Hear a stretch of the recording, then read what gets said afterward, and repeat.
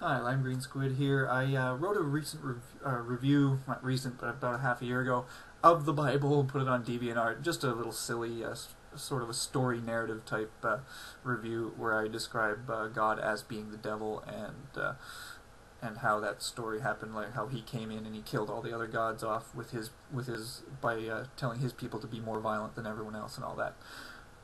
And this guy was either arguing or giving me a bunch of facts, or, well, fictional facts at least, because you can't really have facts about fictional characters, about this god and some of the followers, about why God is not the devil, and how Lucifer is actually an angel that rebelled against God.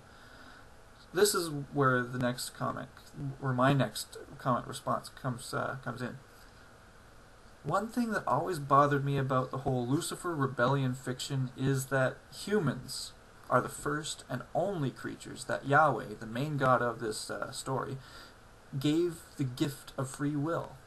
Angels are bound to the Lord's command no matter what, and because they have not been gifted with free will.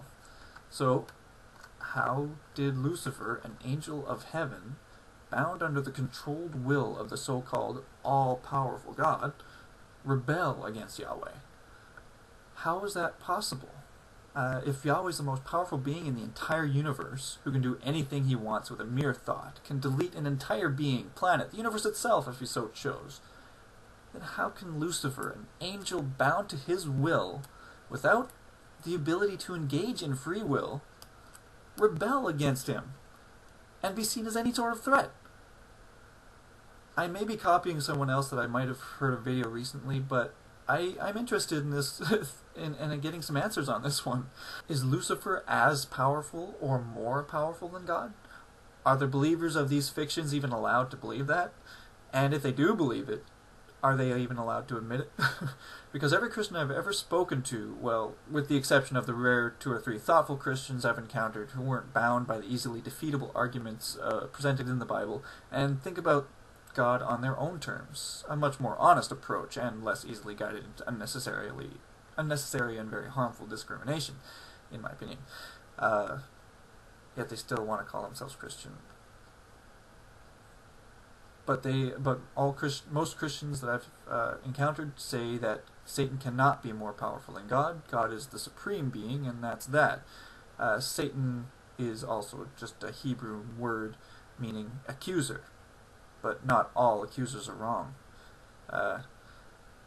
So if Satan cannot be more powerful than God. God is the supreme being, and that's that. If God wanted, he could make Satan go kaput. So why doesn't he? The actions of a loving, forgiving God of creation seem to be missing here. Why doesn't God just forgive Lucifer and call a meeting and discuss why each side is upset with one another? Obviously both sides have gotten carried away with their bigotry towards one another, that even they've forgotten the real issues here. Like God creating humans with urges to order them to go against their urges, or else he'll torture them forever, and Satan asking, now why am I the bad guy here?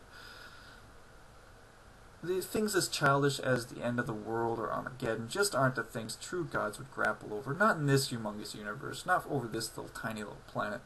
It's obvious that it's Yahweh who is the antagonist in this story. He's the one who hardens hearts against his own people for shits and giggles. He's the one who wants complete domination regardless of the cost to human life. So long as he gets to send most of those souls into eternal torture, he's happy. Anyone who reads the Bible and doesn't immediately get this impression of Yahweh has to be a bit bonkers in the head. You know, it's just so blatantly, obviously human-made and silly beyond all logic. Anyway, what was my point? Right. How can an angel under God's complete 100% command, without free will, even think about rebelling against God?